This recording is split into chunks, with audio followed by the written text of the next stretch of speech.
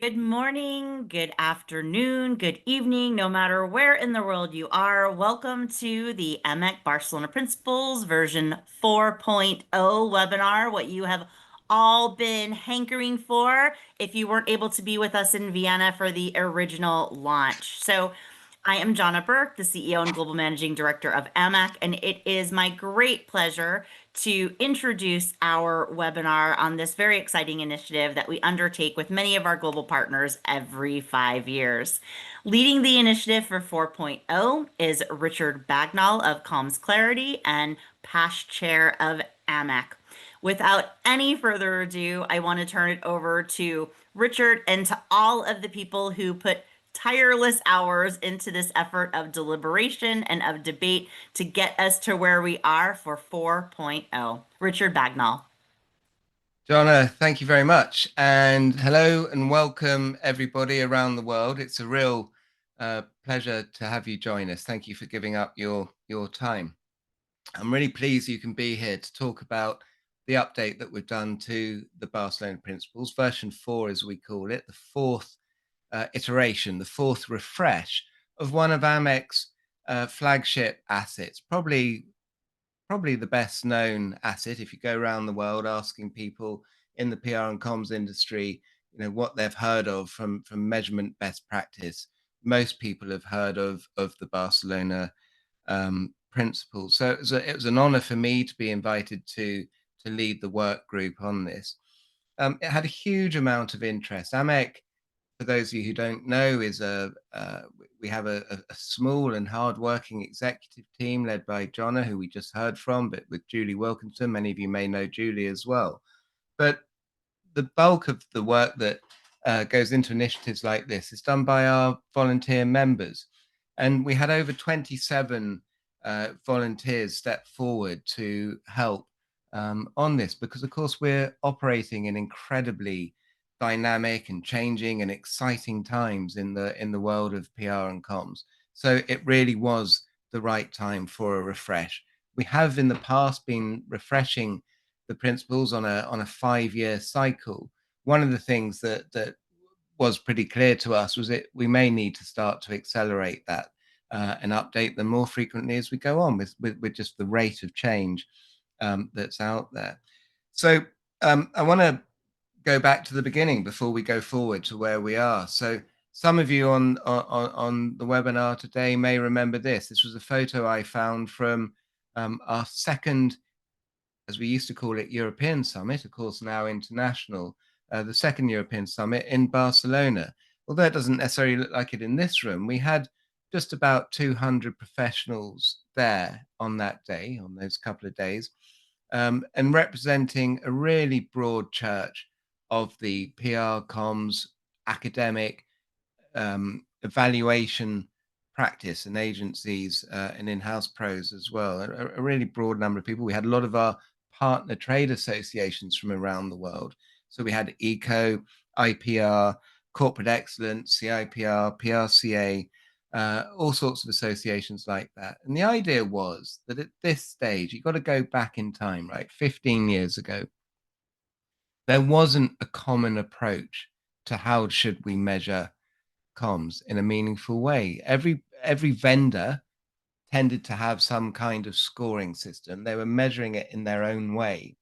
And this was in somehow causing confusion in the marketplace around, well, how should I measure the effectiveness of my comms? And of course, what we realized is for the measurement evaluation of comms to become a mainstream thing, somehow this global industry, this international industry, needed to start to speak with a common and consistent voice. But how do you do that when people are perfectly entitled to have their own methodologies for how you might want to codify content?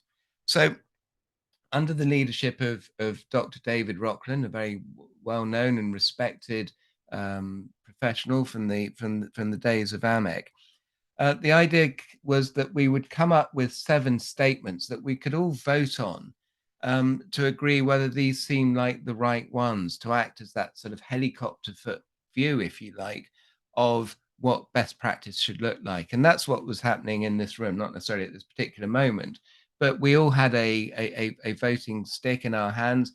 We had big debates. David moderated it. We put up a load of different statements, and we agreed on the first set of principles. As we go through today's talk, you'll see on the slides that my colleagues who will be speaking in a minute talk to, you'll see how the principles evolve from version 1 through to 2 to 3, and then of course to today.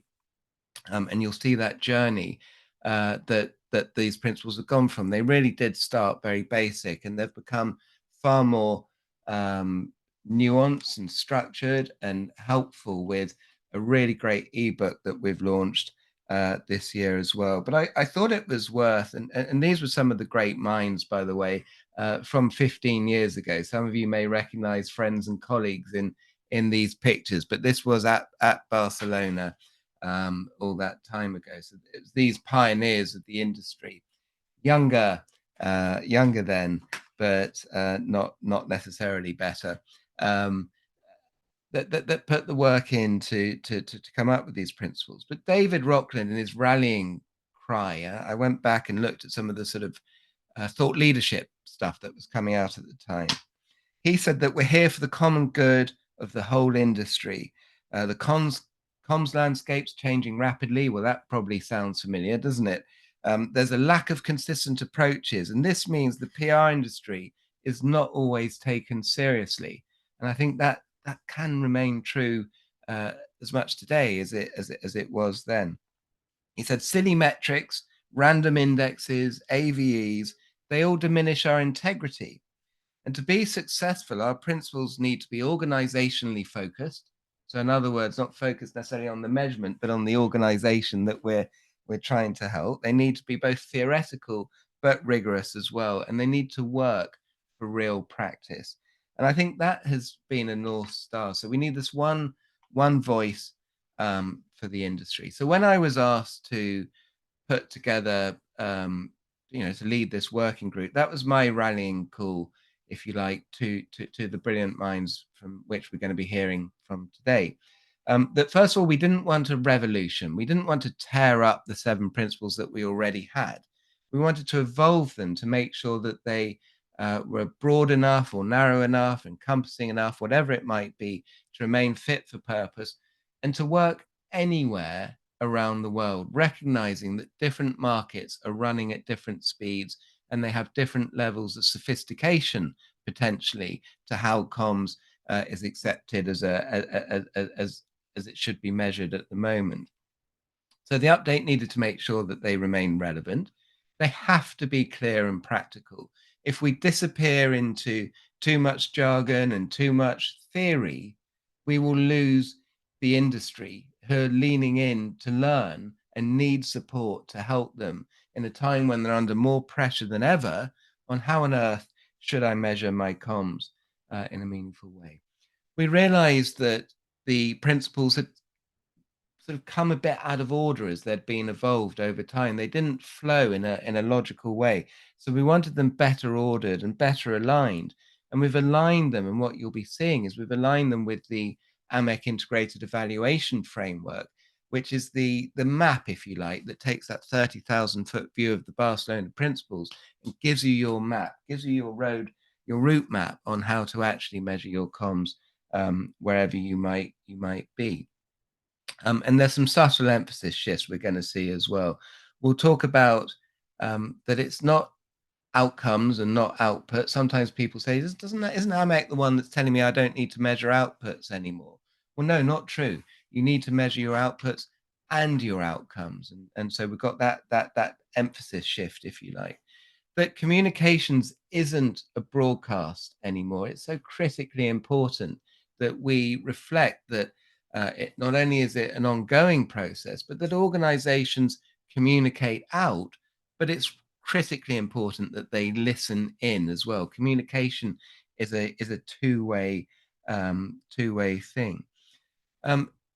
In this world of AI, machine content, generated content, spam and bots and all the rest of it, ethics is more important than ever. The ethics of your data, the ethics of the evaluation, the governance that individuals take. We see ethics as a sort of corporation or an organizational level quality, and governance as a leadership quality by the individual comms professionals as well. We need ethics and governance if we're going to be the professionals doing a proper job these days. And what we also felt was really important was that rather than just sort of being like the Ten Commandments, the commands of God, this is what you must do or what you mustn't do. Well, let's help the industry. So, what does that mean? How should I do this? Why have these principles evolved? Why does it matter? And what should I do? So we've created a fabulous ebook that you can now download. And it's going to be translated into multiple languages at the moment, just in English, but soon to be in multiple languages, like so many of AMEC's great thought leadership pieces. And so it also points the way to how all of this fits together. So not just with the integrated evaluation framework, but with the measurement maturity mapper, the PR planning guide, our different training courses that we offer as well. So as part of this, we saw an opportunity to refresh the actual look and feel of the integrated evaluation framework. So it's the same framework. Very clearly now, we've got the organization in the center where we're communicating in and we're listening out. You can see around the outer skirts in gray, that preparation through to implementation, through to measurement, evaluation, insight, and learnings. That's a big cyclical process. So it's not about individual campaigns. This can be applied at any point. And you'll see with these color codings that we link all of the principles together to show where they sit within the framework. So that's enough for me to sort of explain the top line. I'm going to hand over to the team. They're going to appear one by one to talk us through the work that they led. We've got a member from each of the different teams, so thank you to them. The first one I'm going to hand over to is Neri Crawford. Just before Neri starts, I'll just say if you have questions or you'd like to make points, please do write them into the Q&A section that you'll find on the Zoom call. So we'll take questions at the end. Please pop them in there and we'll come back to them at the end. But Neri, over to you and Barcelona Principle number 1. Hi everyone, I'm Neri Crawford, the Director of Insights and Research at Icentia, and I am here to talk to you about Principle 1, which is setting clear, measurable objectives as a critical prerequisite for effective communication planning, measurement, and evaluation. I actually really consider Principle 1 to be a bit of a heartbeat for the Barcelona Principles, and it is very much first for a reason. It ensures you have the best architecture and foundation to build from and apply all the other principles in the best way possible. When we were updating this principle, outside of really focusing on how to simplify the language that was being used, we wanted to ensure that we were representing the role that objective setting plays in a world of increasing forms of engagement, diversified audiences, real-time data, and a long-term communications and engagement lens. Clear, measurable objectives are crucial to focus effort, progress, and motivation to achieve those desired outcomes and impact. If you want to change the world with your efforts, absolutely love that for you, but you need that clarity, structure, and evidence to get buy-in, plan that strategy effectively, execute, iterate, measure effectively, and most importantly, prove that it was your actions and ideas that drove change. This principle advocates not only for ensuring that objectives are clear and well-informed, but that they are flexible and adaptable. Objectives should be responsive and help to evolve your communications during the act of communication, not only evaluated at the endpoint or retrofitted based on the results that you got. You need to be able to see and learn from your mistakes and your missteps just as much as you might learn from your success. Evaluation often comes with that assumption that it's only historical or about long-term performance, and that's really not practical in a world that moves and communicates so quickly, and ensuring that you can understand your audience and pivot quickly as required is what is really going to ensure the greater sense of connection and success. Principle 1 also advocates for ensuring that your communications objectives are aligned with broader organisational goals, or that wider change that you wish to effect with your communication, so that you can accurately connect to the broader definitions of value and success outside of your immediate team. And the stronger that you can make this connection outside of your immediate team, the greater the impact will be with those that you need to demonstrate your success to. We know that the more time and effort spent building clear, transparent, and iterative objectives is what allows for effective and responsive communication. As the first principle, it's also really often the first step, which is sometimes the hardest one. The setting and design of objectives should also really be about testing and learning and building. So approaching objective setting itself as an iterative process rather than just a task to set a KPI or to do something like write an award entry. If you need help with objective setting, I really strongly encourage you to look at the further material around this principle in more detail, as well as utilising the resources that AMEC has available on the website. While the integrated framework is obviously the absolute guiding light here, I really recommend the planning resources, particularly the planning worksheet and the guides to smarter objectives and misguided objectives particularly, to really help set you up for that ultimate success. So that's principle 1. Thanks, everyone. No, thank you so much. And amazing points that you made. Of course, the planning resource that Nari mentioned there is a part of the AMEC framework. So you'll find it if you're wondering where it is. Go to the AMEC framework part of the AMEC website, and you'll find it in there. Can I say a special thank you to Nari, who you'll have picked up with her Kiwi twang, has joined us from New Zealand, where I think it's either midnight or 1 a.m. So thank you so much for such a great summary and being so bright-eyed and bushy-tailed as you did it. So let's all please welcome Catherine now to talk to us a little bit about principle number 2. Thank you, Richard. Hello, everyone. My name is Catherine Fizette. I'm an independent communication consultant based in Canada. So I had the pleasure of working on Principle 2 with some esteemed colleagues. So essentially what we wanted to convey with the revision of Principle 2 was the importance of building stakeholder audiences as part of the plan, and to not only measuring the impact, but also making sure that we define them properly and that we see them as a continuum through. So we should start defining them, identifying them, understanding them in the broader landscape that they come in before the plan is defined through the campaigns or immediate plan or whatever the activity is, and then post activity. And the reason for this is that, as we all know, in this very fragmented world that we live in today, there's a lot of complex dynamics in between audiences, and they tend to change. They influence each other. They're interrelated in many ways, many of which we don't see at first glance. So it's really important that we understand where those system takes place and how we can reach out most optimally to these audiences through various channels. So channels are going to be touched on by my colleague Angela just right after. But going back to the stakeholder, what's really important to convey with this one is the importance of building audience research into the plan early on. And there's many ways of doing this, regardless of whether your audience is internal, it's external, it's government-based, it's regulatory. There's many channels and tools that exist to do so. I just want to raise a quick flag about AI. AI is obviously a great tool to allow us to research these audiences and get some metrics. We need to make sure that we're not looking at a biased view of those audiences, and sometimes we miss some underrepresented communities. So again, very important that we have different point of references to make sure that we have a balanced view of these audiences and how we connect with them.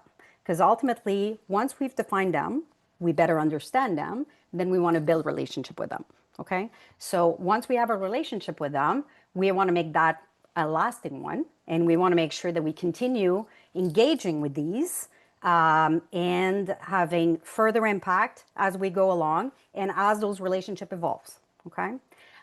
Also want to point out something that might be a bit counterintuitive. Audiences also include contrarian views.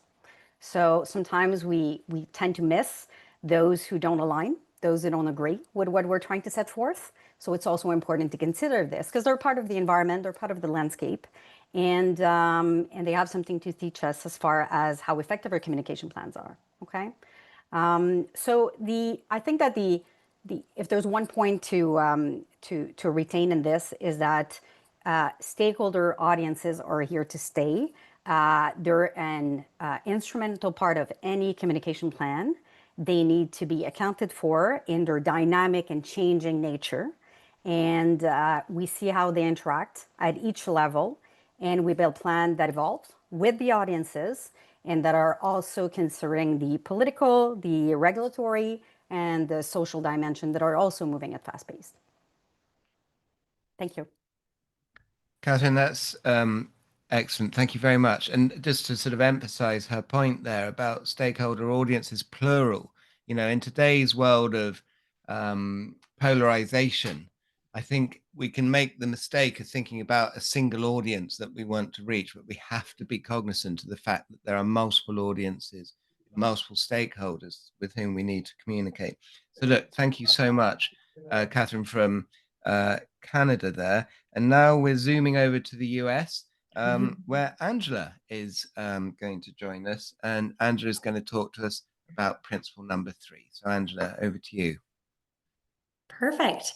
Lovely to be with you today. I'm Angela Dwyer, VP of Insights at Full Intel, a media intelligence company really specializing in human-curated media monitoring and measurement, of course, with AI as well.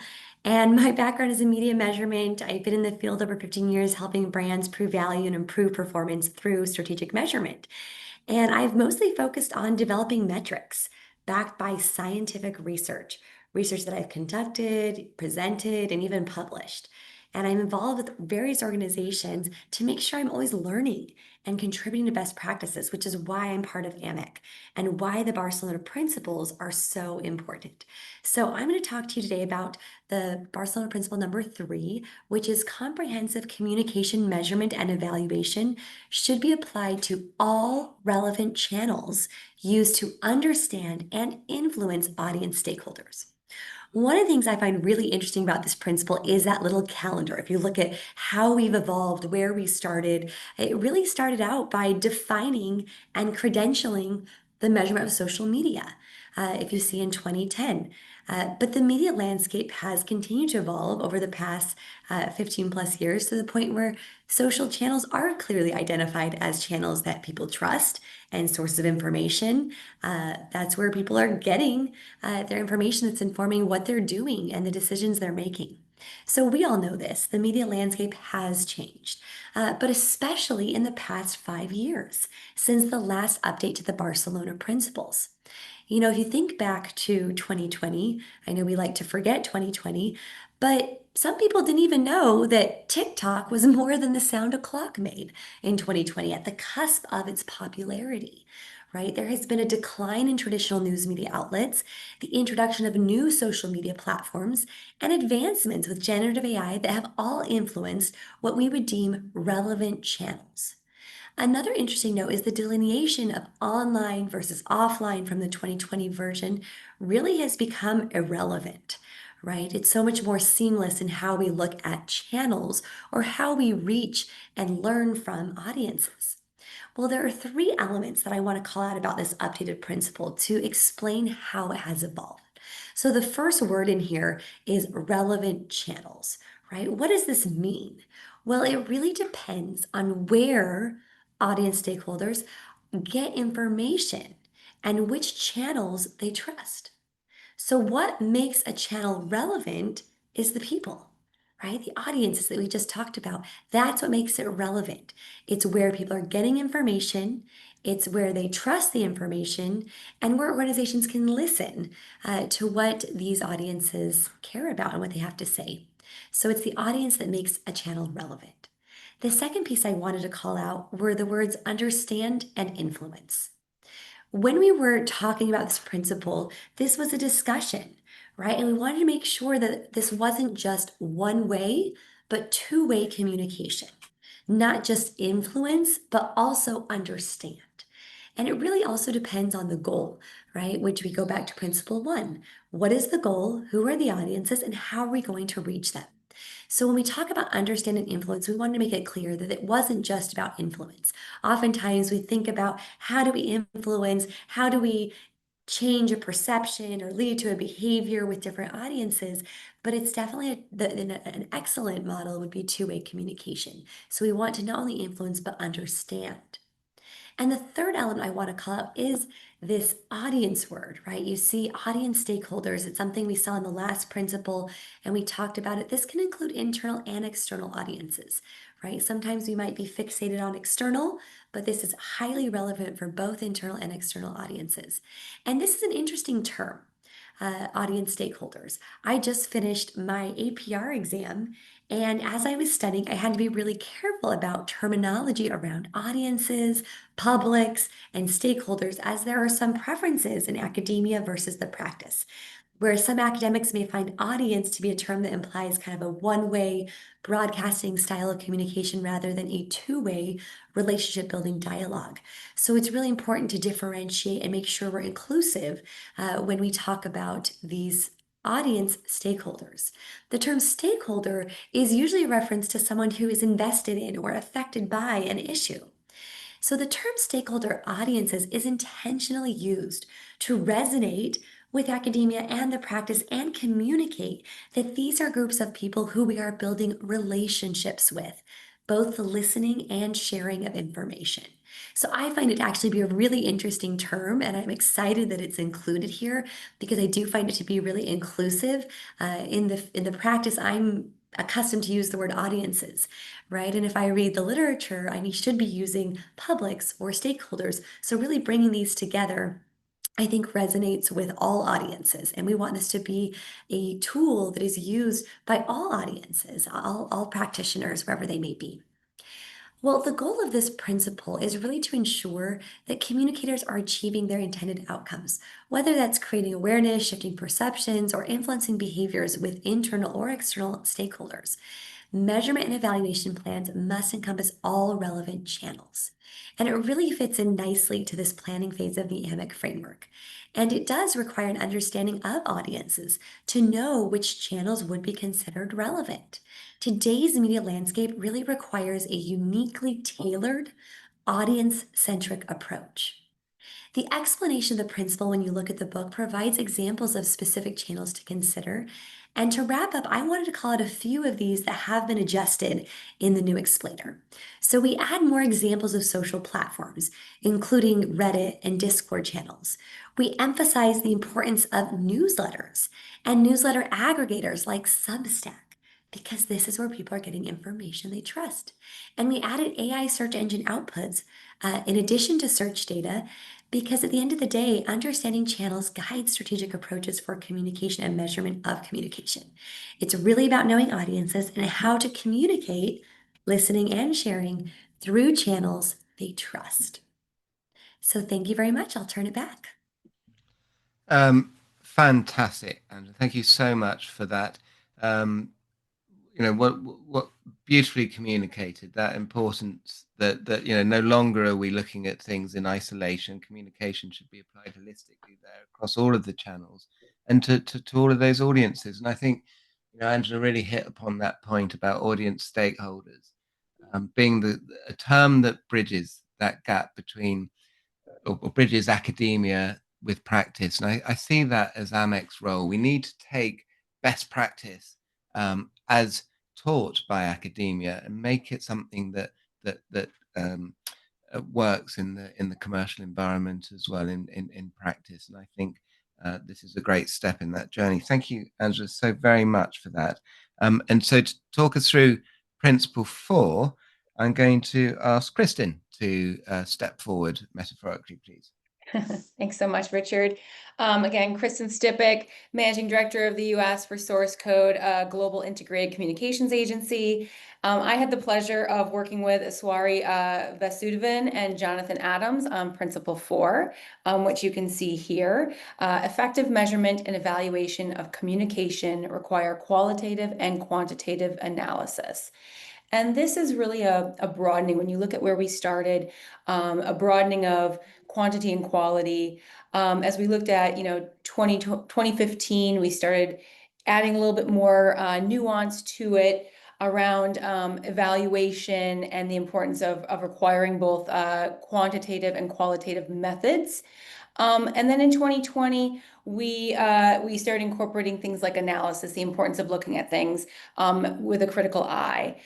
Obviously, as we move into 2025 here and we're looking to evolve the principle, we're seeing a lot more dashboards, we're seeing automation, we're seeing so much quantitative, so much scale and numbers and data that we realized it was important to really double down and emphasize again that it is required. And that's why you see words like require, why you see effective in here really emphasized, that in order to have effective communication evaluation, it is required to have qualitative and quantitative analysis. So again, with so much data that's available, well, incredibly important, especially as we get pressure from the C-suite and other individuals within organizations on the impact that our work has on business.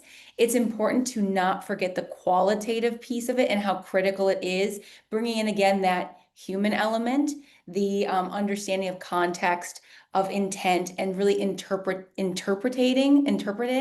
the data that we have available and providing more insight into what that means and how it should be impacting and taken into consideration when we're evaluating our programs and thinking about how they're working, how the trends are impacting and evolving the communications programs that we develop on behalf of clients, our businesses, and other key individuals that we work with.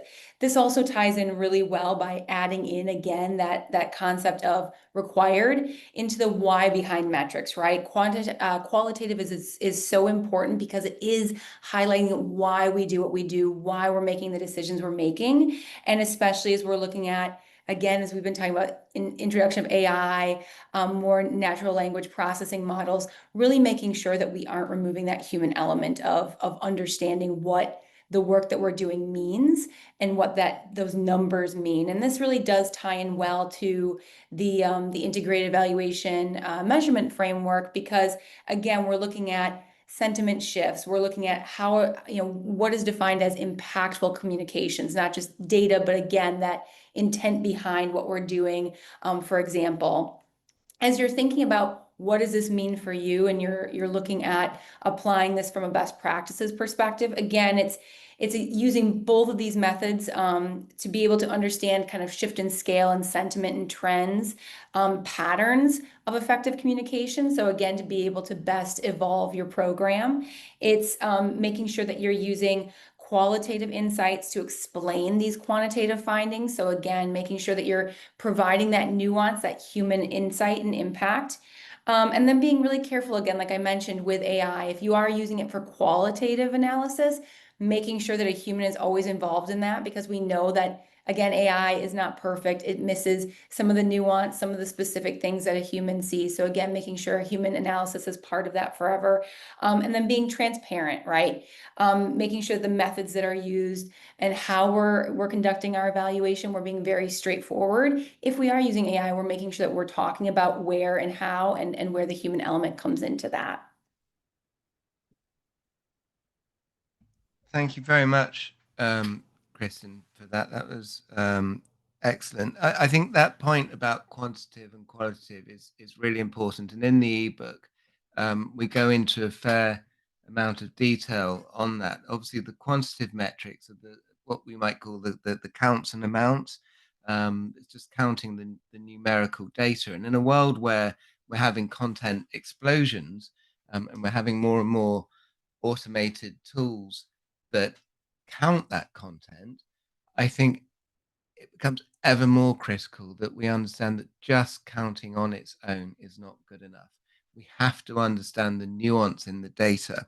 So reading from the ebook, I think this sentence just sums it up beautifully. Qualitative analysis involves interpretation, context, and insights derived from thoroughly reading, evaluating, and understanding communication content and its effects. So a rallying call, if you like, to everybody is not to be tempted to almost be dumbed back into the dark ages of just doing those basic counts and amounts, but to really make sure that we focus on the qualitative metrics as well as the quantitative. And as Kristen so clearly said, this isn't a nice to have. Effective measurement requires this these days. So thank you, Chris, and Principle 4. Principle 5, just before I go to Principle 5, the eagle-eyed of you will notice Principle 4 is in blue. It's in the classic measurement section of the evaluation framework. The only one that sits there. All the other principles sit in that planning and preparation area, or in the impact area. So on that subject, I'm going to ask Carly to step forward. Carly from Australia, thanks Carly, to talk us through principle number 5. Thank you, Richard. My name is Carly Sakis. I'm representing CARMA and the working group that worked on Principle 5 throughout this project. Principle 5 has changed significantly for the first time since 2010. I'll read it now. Invalid measures such as advertising value equivalence should not be used. Instead, measure and evaluate the contribution of communication by its outcome and impact. So here we have really tried to achieve a balance. We've tried to bring more a concrete notion of what should not be done here. We've tried to strengthen this principle, but we've also tried to really provide support on what should be done rather than make it a should not. So the overwhelming feeling from my group and the wider group that was updating the principles was that this principle really needed to move to a more positive mindset, that we needed to be far more supportive of people transitioning, migrating from the use of AVEs or other metrics that might need to be reviewed. So it's become more balanced. It's become a lot more supportive, especially in the supporting materials.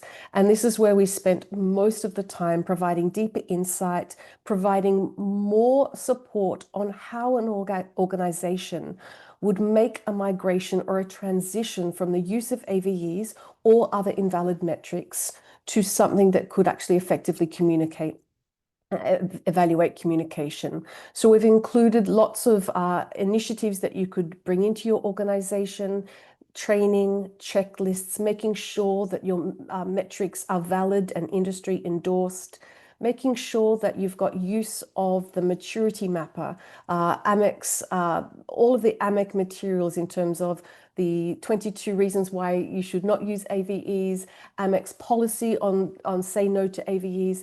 There are a lot of resources that the supporting material pulls together in one place and provides quite a practical and tangible steps to actually migrate and transition. So there you have it, Principle 5, very much moving from what not to do, but what you should do, with a lot more supporting materials to support anyone wanting to make that change. Thanks so much, Carly. Appreciate you joining us also from incredibly late at night in Melbourne.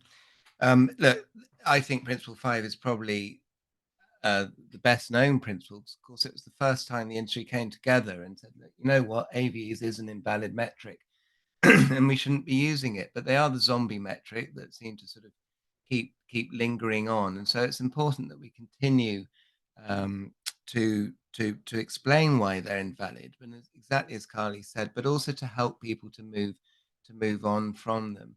We're seeing, people creating similar metrics for the digital environment and trying to sort of almost recreate an AVE, some kind of digital AVE. And we call out in the supporting material as well that many of these things are very similar, and they're dressed up in slightly different ways.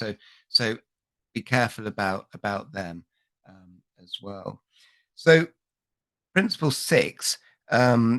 We had a fantastic team who worked on it, led by Professor Anna Agdi and Yvonne Lowe from the Wellcome Trust. Sadly, both Anna and Yvonne weren't able to join us at the last minute today, so I'm just going to step in and just point out a few of the key things about Principle 6. You'll see that, well, I'll read it out first. The measurement and evaluation should report outputs, outcomes, and impact related to the organization and stakeholder audiences. Now, this is one that's looking to help people say, how do we move beyond just measuring media content to look at what has the effect been, and ultimately what is the value of the work that we've done as communications professionals to our organization. But I think it's important to recognize that the AMEC integrated evaluation framework is what's called a program logic model. We created it as a program logic model because we didn't want to reinvent a new measurement methodology for communications. That was always a problem we felt with communications when trying to explain what it had achieved, was people were coming up with unique scores that didn't mean anything in the boardroom. Well, program logic models are used throughout organizations around the world when they measure their efficiency.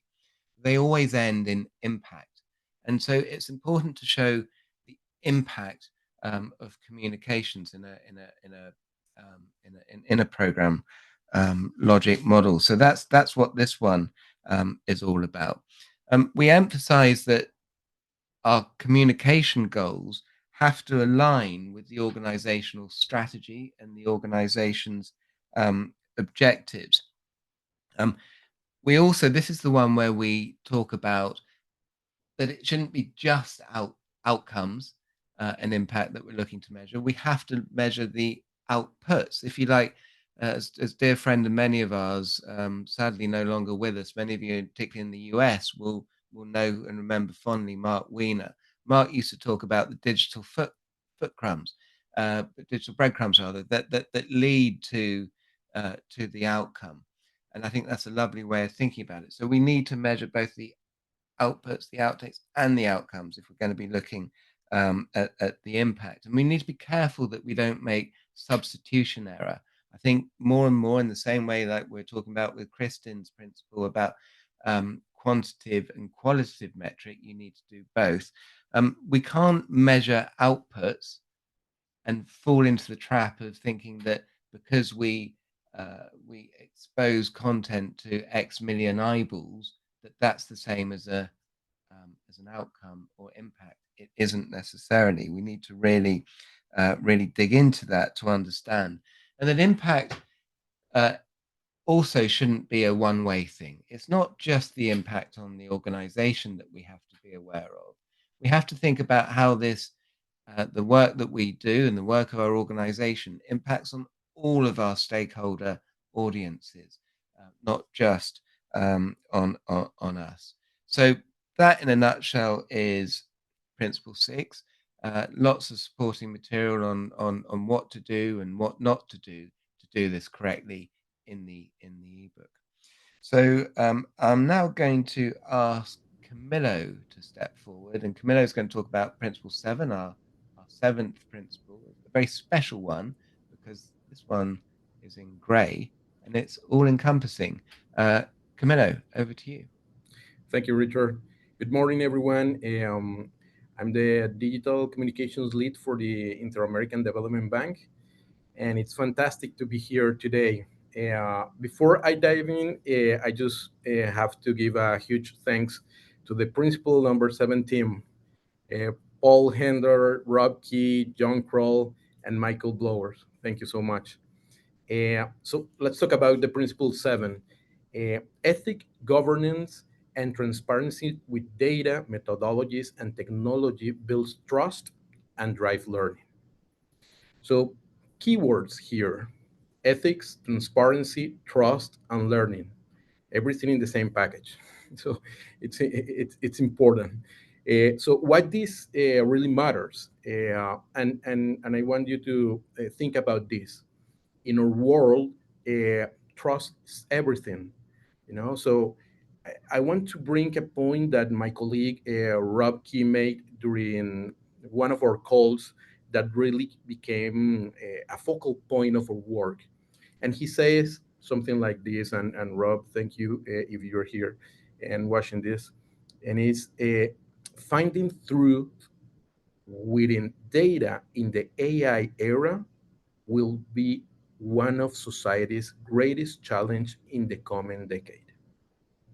This is our today's reality. And this part of what changed in this version of the principle So first, we are now making a much stronger explicit link between being transparent and actually learning from our work. It's not just about showing our work on the reports, but it's about to being open so we can gain evidence-based insights. And that is the other keyword here, evidence-based insights. The other main topic that changed this in this version is we also update to address the things that is in the top of mind for everyone in the last years: data protection, copyright, and especially generative AI in today's world. So, from my point of view, this principle is now much more of a practical guide for what I call the modern communicator. And I want to highlight five elements to with this update. So first, just be honest and open in your reporting. We all feel the pressure to present a perfect success story, but we have to resist that if it means to compromise the integrity of our data. So this is very important. Document your process. Be clear about where your data is come from, how you're sampling your data, and what are your research methodologies. This builds confidence and lets others to see how you got there. The third element is verify your sources. And as Angela was presenting in principle number 3, uh, the, trying to develop a policy to distinguish credible channels from things like social media bots accounts and all of this stuff. And and the fourth one is a big one, and it's very important. Stay on the right side of the law. What that means: make sure your data capture and your data processing is in compliance to all data privacy and copyright laws in your region. And basically, it's simplifying non-negotiable this point. So it's very important. The last one, and finally, when you use artificial intelligence, be transparent about it. Let the people know how you are using it, and trying to commit to having a human in the loop to ensure it's being used responsibly, reviewing data accuracy and identifying hallucinations. So ultimately, our final message: remember that all this effort we are making is to elevate the value of communications to a strategic level. And it is important to bring trust to the decision make table. So thank you so much, everyone. And Richard, back to you. Camilo, fantastic. I think this is just such an all-encompassing and critically important principle, and you covered that so well. I think that point about trust. Look, we all know that trust is the one thing that we look for and we cling to in this world of so much artificial content and influencers and goodness knows what. That making sure that there is trust in our work and that we trust what we're doing and that we understand it are critically important. Something I've been talking about in the industry for a long time is the importance of communications professionals. It's time to lean in and to pay attention, not just to think about how they plan and measure their campaigns, but how the data is sourced, how it's coded, is there bias in the systems that's doing the coding, is the information that we are sharing robust and reliable and accurate, meaningful and relevant, not just to show ourselves in a good light, but of course, if we're not doing that, how on earth can we look to get any kind of meaningful insights into which we can feed into our strategic planning as part of that ever improving process. So thank you so much, Camilo, for that. And a broader thank you. I put on the screen here the whole team that worked. And you can see that we've got professionals here representing the vendor community, representing the PR in-house community, representing the agency community, the academics, from all of the continents around the world as well. So we had a really diverse range of voices and opinions giving their time over a number of months to ideate and iterate and come up with these principles and the handbook that goes with it. I know there's been a question too in the chat about where is the handbook. The handbook is on AMEC's website. If you either go to resources and click on Barcelona Principles 4, or actually the first thing you see when you land on the AMEC page, it's a scrolling sort of announcement board, if you like. The first one is about the principles, so you can just click directly there. It will take you to the Barcelona Principle 4. It will ask you to sign up to pledge that you're a supporter of it. But if you just come down the page a little bit, you'll find it says download Barcelona Principles 4 there, and that's where you'll find the handbook. So thank you to the team who didn't just come up with those 7 statements that we've been through, but came up with all the great information that is in that ebook that supports it, the what to do, what not to do, why it matters, all that rich information that brings it to life. So thank you to these 27. Thank you particularly to the team today, to Neri, Catherine, Angela, Kristin, Carly, and Camillo. I think a special thanks to Professor Jim McNamara. AMEC is very lucky to have one of the world's absolute top evaluation academic professionals who leads our academic advisory group and keeps our work guided, making sure that we are this bridge between academia and what good should look like, and making sure that we can apply it in the area of practice as well. And we keep it real in the way that we understand that a small charity in Uganda needs to be able to understand this as well as the biggest, most complex global multinational with a 400 comms professionals in its team. I should call out a thank you to RuPoint, a muckrack company, who put a lot of donated as part of their sponsorship of the AMEC Summit. And if you weren't there, you should have been. And if you weren't there and you should have been, and you haven't bought a virtual pass, it's not too late to buy a virtual pass and go and see all the great sessions that we hosted there. It was such a great conference, but as part of their sponsorship, RuPoint, a muckrack company, donated a lot of design time and helped us bring the framework to life with the principles and that color coding. I hope you'll agree with me that that it really does help bring it to life and starts to really make sense now on how this all works. So it's all live on the AMEC website. Go and take a look at AMECorg.com. Please read the ebook and please share it. Don't just keep it to yourself. Share it with your teams. Share it with your agencies. If you're at an agency, share it with your clients. And let's start to work to evolve communications best practice for the next few years. I'm going to hand back to John. I've been Richard Bagnall. I run a company called Comms Clarity, and me and my colleague Paul Hender, who Camillo kindly called out, it's just our little partnership where we advise brands and agencies on how to bring this stuff to life. Jonna, back over to you. Thank you so much, Richard. And for those of you who this might be your first exposure to AMEC, this is the AMEC community.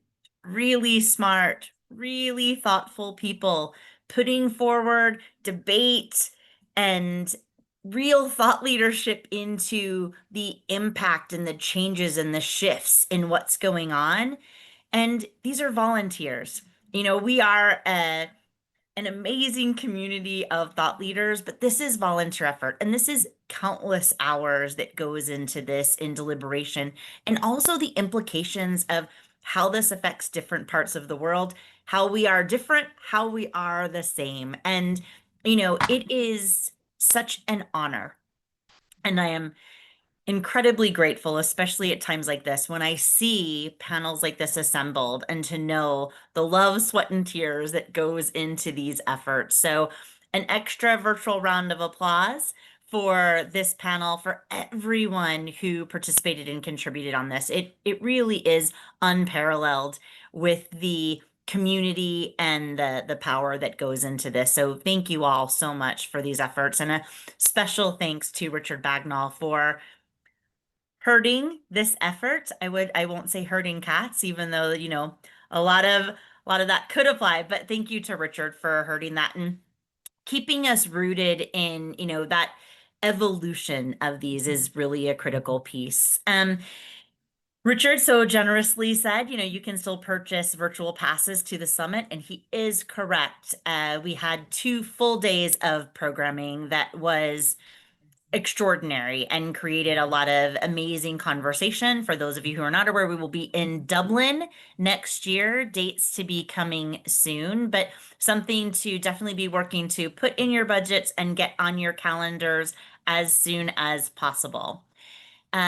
We do have the awards are open to all of you who made the early bird on Monday. Congratulations. That could explain for some, you know, bleary eyes of some of your colleagues that you might be seeing around to meet that deadline. But the awards close at the end of the month. And I would encourage all of you to remember, this is the only awards program that is solely dedicated to measurement, evaluation, data, analytics, and research of communication. So in a lot of other programs, it's like one little piece. It's, you know, and an extra award goes to, or, you know, something is incorporated. This is solely dedicated to those efforts. So when you are dedicating all of those resources, all of those time, telling that story of your organization, make sure that you're looking in to see how you can compete on a global and regional scale in the awards to be able to take home the bling of an AMEC award. It is there for the taking. I know some of you are getting a little nervous, like, no, no, no, let's keep the competition low. But we say, no, let's keep the competition very broad so that we know you are competing with the best of the best. And then we have the awards ceremony on November 5th in central London. But Jonna, that's so far to go. You are correct. It is one of the events that we keep there in central London. But this year, the board determined in Vienna, amidst everything else, that we are going to have an AI Day on November 4th. So you have an extra fun reason to come into London. And AI Day is going to be where we are going to give real world applications of AI.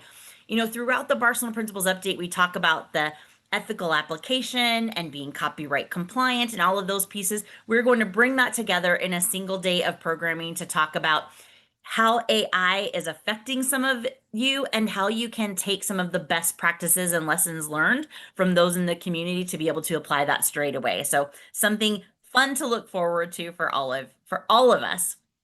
I want to thank everyone again. I'm going to leave you with this extra minute. The Barcelona Principles ebook is linked in the chat. Obviously, you can find it online as well, where Richard designated. But another round of applause for our great group, and look forward to seeing all of you soon for another AMEC webinar or on the on-demand in the app of the summit. Jonna, can I just, before we go, we do have a question from Jeremy, which if we have a minute, I thought we should answer, if that's okay with you. You have one, yes. We have one. Okay, so Jeremy Parkin, thank you for your question, Jeremy. Says Principle 5 tells us not to use invalid metrics. Instead, measure and evaluate communications. Carly knows I'm coming to her, by the way, just to give you a warning, Carly. Instead, measure and evaluate communications contribution by its outcome and impact. Can you please illustrate with some examples, ideally, what outcome and impact might mean, and how would you measure those in a valid way? So what examples can you give us from your experience, Carly? Thank you for the question, and thank you, Richard. The first place I would encourage everyone to go to answer this question and to learn about the terminology we're using here for outputs or outtakes, outcomes or impact is the integrated evaluation framework. There is a lot. My favorite section of the IEF is the taxonomy zone. We might put that in the chat, Jonna, if we can, but it actually gives a very, very clear definition of all of the terms that you've asked for clarity on. But it also has examples of every single metric as we go through the framework. So there are examples of outputs that you could look at for any type of campaign relevant to your objectives. It walks through possible outtakes, so those immediate reactions to your materials, and then goes through and gives examples of outcomes and organizational impact. So the IEF framework is your absolute best resource to learn the terminology, but also to get really tangible examples of how you would measure it and what is relevant under those pillars. I would say that it depends, the specific metrics would depend on your objectives and what you're setting out to do. They will always should be tailored to what you're doing, but also your business or organizational goals. So the metrics that we use are always tied in to be suitable to measuring your objectives and the goals of the business or organization. So they do change, and they can change from campaign to campaign or organization to organization. So hover over that little I button on the IEF. You will get a pop-up that will just provide you with so many practical metrics into each one. And I think that there's different layers as well. So you can have a look at a very layered and detailed approach. I'm not sure whether you've got anything to add to that, Richard or Jonna, but that's the first place that I would direct people to. Well, Jeremy said thank you. That's fantastic. Thank you so much for that. And of course, John has put a link to the taxonomy into the chat, and I've put a link to the whole framework as well, which sort of sits above it, if you like, there as well. So I think that's that looks like it's it. So Jonna, if you want to shut us down. Wonderful. Wonderful. Thanks again, Richard. No, thanks everyone. This was another great discussion, and we look forward to many more. And thanks to everyone who is a part of the community, supports the community, and thanks to all of you who are visiting. And please do, as Richard said, share the information that you've learned here. This is not the place to gatekeep. This is the stuff that will make your job easier. So please do make sure that you do share this, have this be a great discussion inside your organization, so that when you're struggling to find the budget, to find the resources, this will help guide the way, knowing that you're doing so in a strategical manner. So thanks everyone for your time and for your energy. Thanks again to Richard and to all of our panelists who were amazing. We look forward to seeing you all at another AMEC event soon. Thank you so much. Bye, guys. Hi, thank you.